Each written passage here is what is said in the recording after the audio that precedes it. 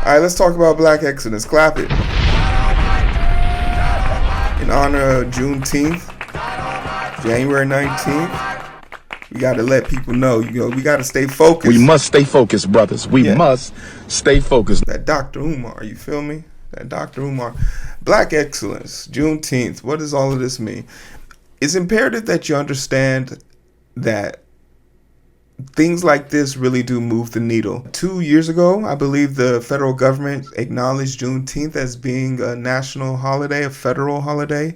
Juneteenth is going to be used to celebrate the liberation of Black people and making incremental gestures, not laws, but gestures, towards correcting some of the wrongs that have been made towards Black people in this community.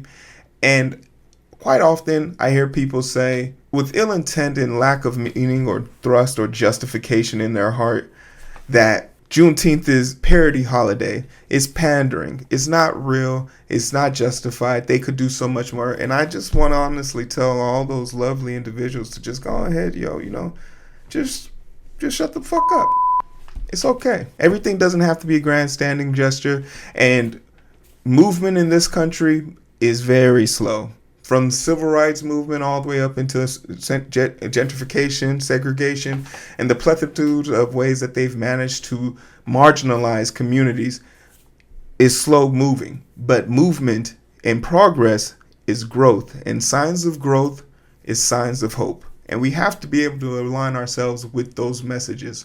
If you're sitting here saying that this isn't necessary, then it's just not for you. And that's okay.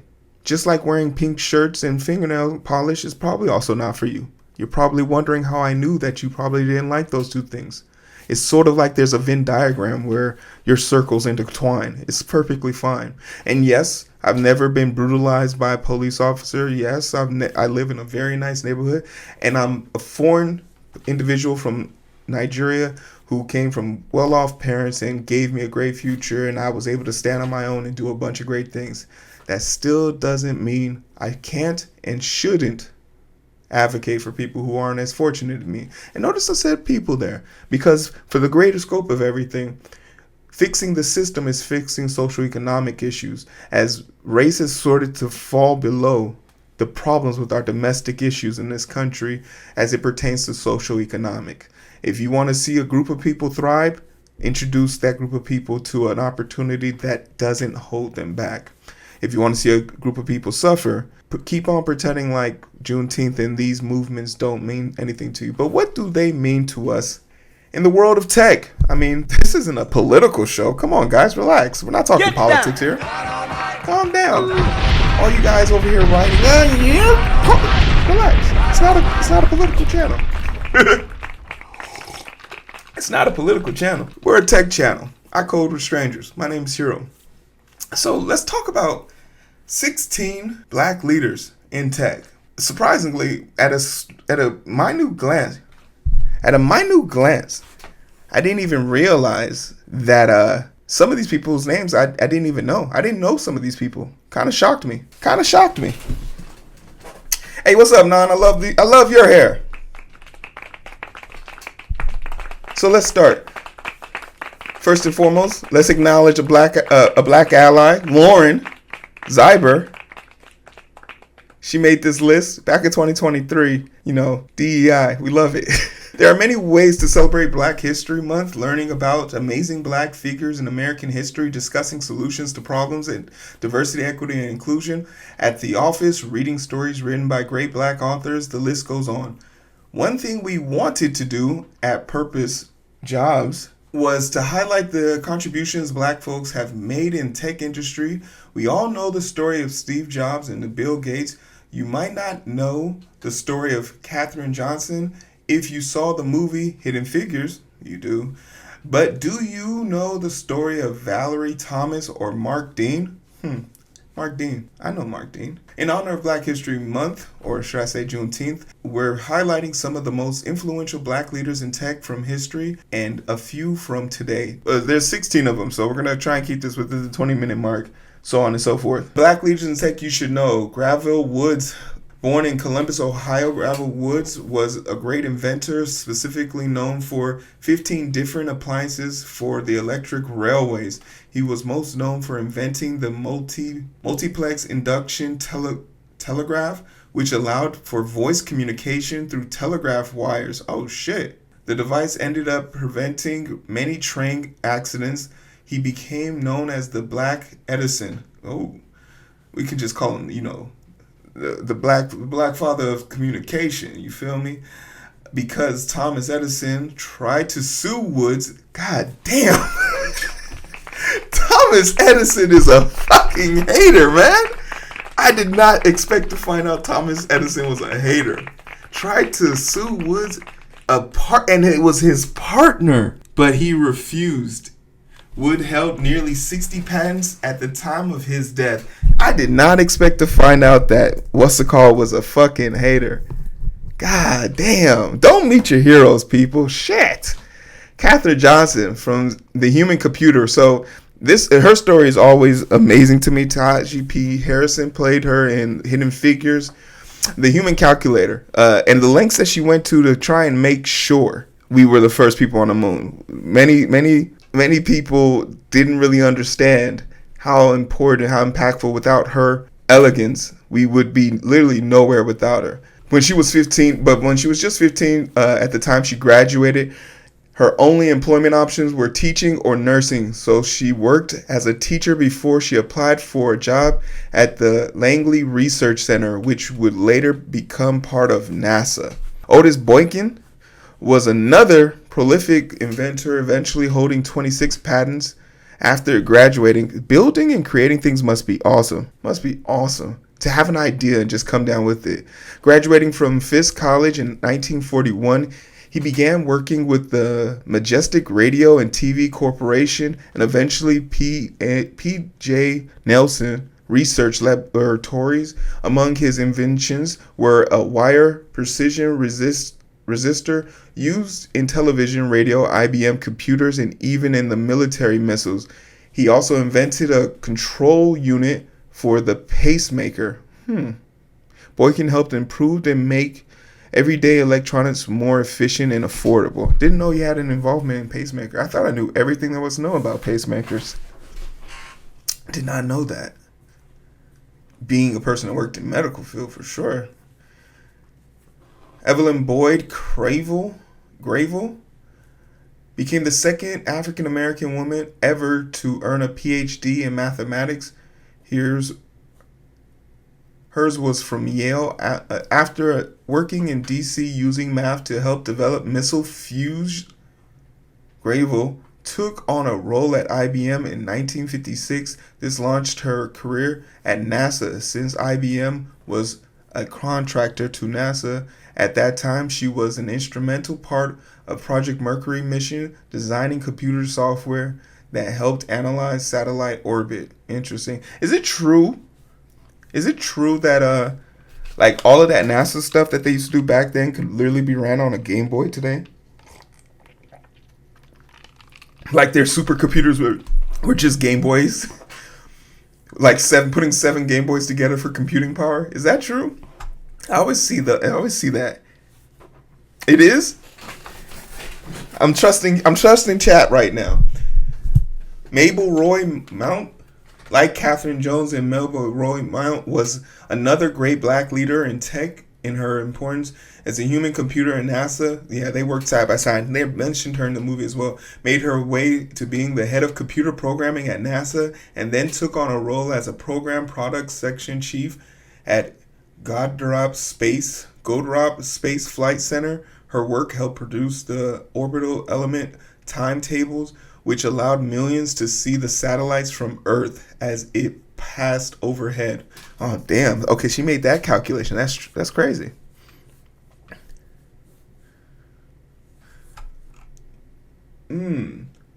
Roy Clay Sr., this dude's still alive. From 1929? He's still alive? Godfather of Silicon Valley. After graduating from St. Louis University, where he was one of the first black men to attend, He started working in computer programming. This was back in the 1950s when computers took up the entire room. He worked on writing software that demonstrated the spread of radiation after an atomic explosion in the 70s. Clay worked as a computer consultant in Silicon Valley and became a key figure in the development of the HP computer divisions. He would eventually lead a team that engineered HP's entrance into computer market. Damn. Okay. Number 7, Annie J. Elsley was another black NASA scientist. Oh, she was the third person. A leader, began her career and was the only black employee out of 2,500. That's, man, as the only, black male healthcare provider on my floor, this resonates with me. And every time somebody says, "Oh, DEI isn't important," I just remind them how fucking lonely to be great. It almost makes you feel like you don't want it. And one of the pride and joys that I have coming into work every day, it's sort of surreal, is coming in because everyone has to enter in through the basement, but most of the cleaning services and environmental services work in the basement. And there's these four old school ass, uncle ass dudes who, they've been working there for 30 years. They know all the secrets. They've seen they've seen all the fireworks, and they've seen all the good times and the bad times at that hospital. And they just say, and their favorite thing to say, that's me if I had the opportunity. They like bragging about, hey, let's look at how good looking I would have had. I would have had long hair. I would have had straight teeth, white teeth. I would have been smart. I would have saved lives. They would have gave me a white coat and everything if I had the opportunity.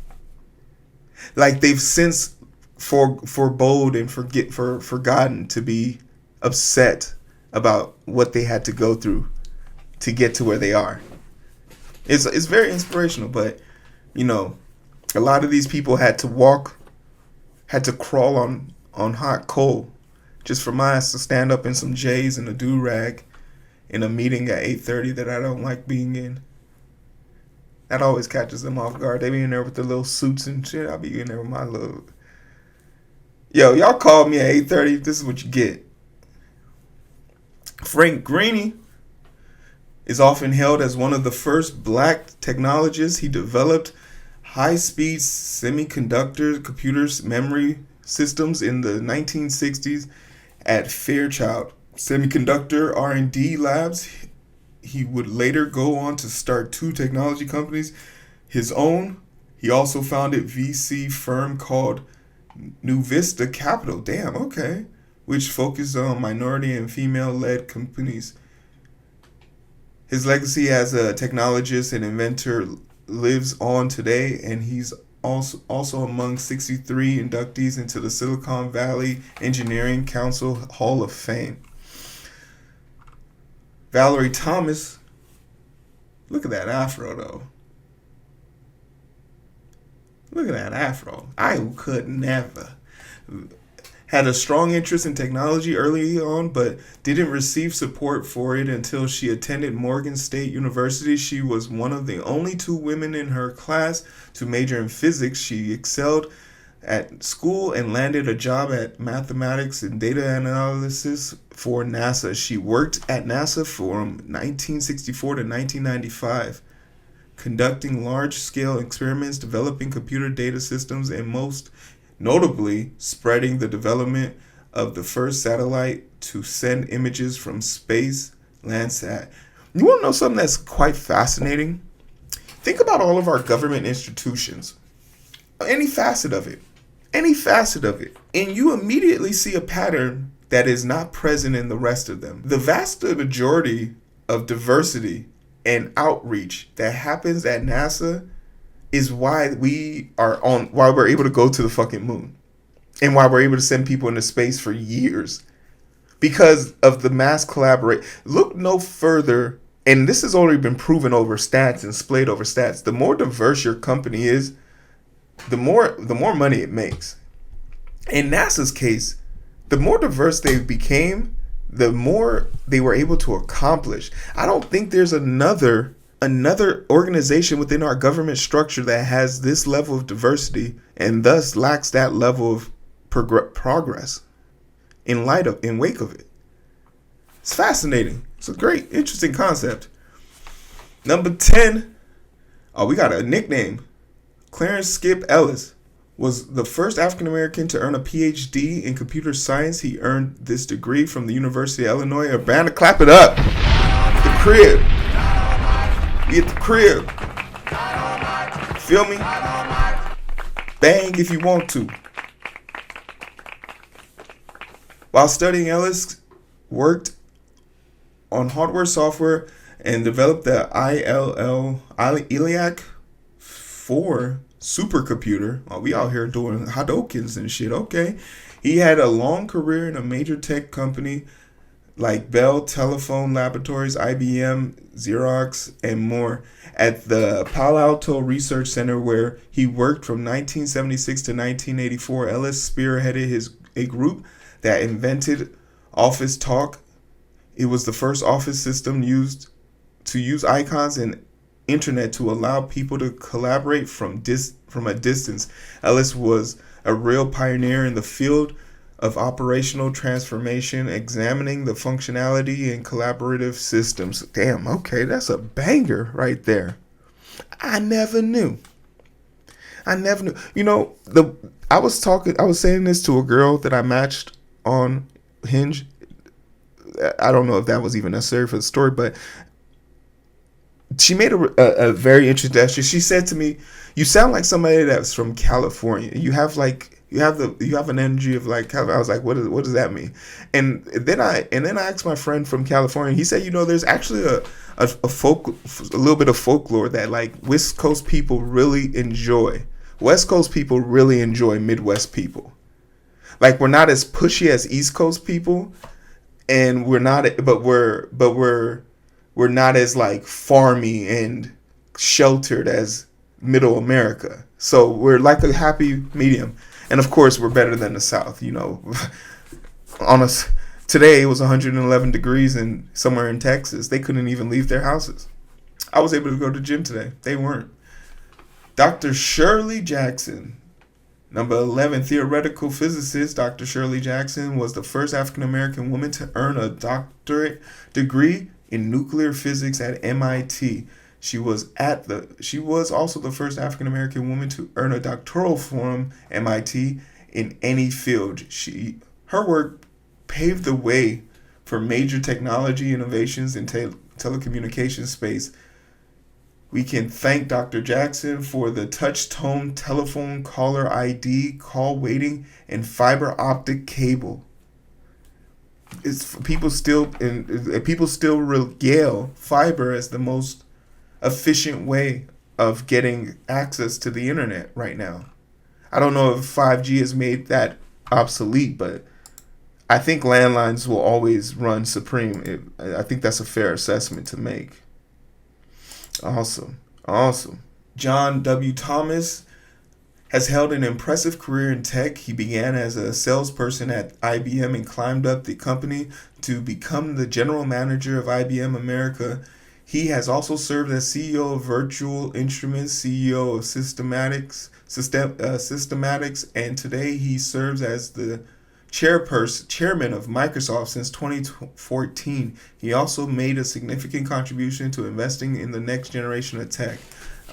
You want to know something? I know that this is true because of his actions at Microsoft. Microsoft has this group called the Black PMs, where they specialize in project managers, project creators, and creative minds in the tech field. And those jobs, and it's a corner space in Microsoft specifically to bring them along. And his unashamed statement is, if you want to be the greatest company in the world, you need to have the greatest people there. The greatest people often don't, and if you don't know this, the greatest people are often people you don't know. So you got to go find them. And it goes without saying, Microsoft up until yesterday was the number one company in the world. So there's there's truth in it. You want to make money? Don't be racist. Clap it. Mark Reggie Hannah, Jurassic Park, Aladdin, Beauty and the Beast. Oh, I thought this. Is he the? We have a museum for this guy, and we have Chicago native Mark to thank. He is an electronical engineer and computer graphic designer in the 80s and 90s. In 1982, he co-founded Silicon Graphics, eventually became the company principal scientist. His computer graphics card technology has been used in major motion films as well as commercials. Yeah, there's a museum that talks about him here in Chicago. Dr. Mark Dean, he was at Afrotech. I got to meet him in person. Mark Dean is an influential black tech leader and a prominent figure in the computer science. Early on, he had an interest and gift in technology and built his own computer radio and amplifier when he was in high school. He began working at IBM in the 1980s, where he was an essential leader in developing the personal computer. He holds 3 of IBM's original 9 patents. That's 1/3. Clap it up for the PC and beyond. I got to meet him in person. He gave a great speech. Definitely somebody to know if you want to be in the know of something. John Henry Thomas has used his background in computer science and visual arts to help bridge the early gap between technology and art. He is an inventor of lingo and scripting languages that render visuals in computer program. Many programs that use graphic animation, sounds, and videos for interactions and simulations still use lingo to this day. Okay. And number 16, last but not least, Lisa Gilbert is a computer scientist known for pioneering internet technology, including shockwave, which is the genius of animation on the web. She also contributed to emergence of online video and worked on senior management teams for launching of Hulu. From tech to policy, Lisa experience has a huge range and includes working at the White House in the U.S. Digital Servicing as the Chief of Digital Service Officer for the Department of Education. Lisa is the CEO and founder of Tequitable, a platform that helps companies create a safe, inclusive, and equitable workspace. Hey, clap it up for all these legends. It goes without saying that a person who doesn't appreciate their history fails to learn from it. So shout out to y'all for giving me this opportunity to speak about it. And this video isn't necessarily going to be for the algorithm. It's not going to be the hot topic. It'd be nice if it was the video that helped me blow up. But let it be a record for the people that won't get to see this Purpose Jobs article about 16 great technicians, and for the individual, the black girl, the brown girl, the whatever color you are, who didn't know that there was someone out there that looks like them who did something great already, and they're just waiting. They've already laid and paved the way for you to do something greater. Let this be a lesson, and let this be a form of comfort. Let this wrap around and hold you, and let you know that you are worthy of it, you are capable of it. And once again, it's not to denounce or take away from anybody else that has done anything. In fact, if I have to explain that or coddle that to you, I'm here to tell you, go get some therapy. We're not responsible for your feelings.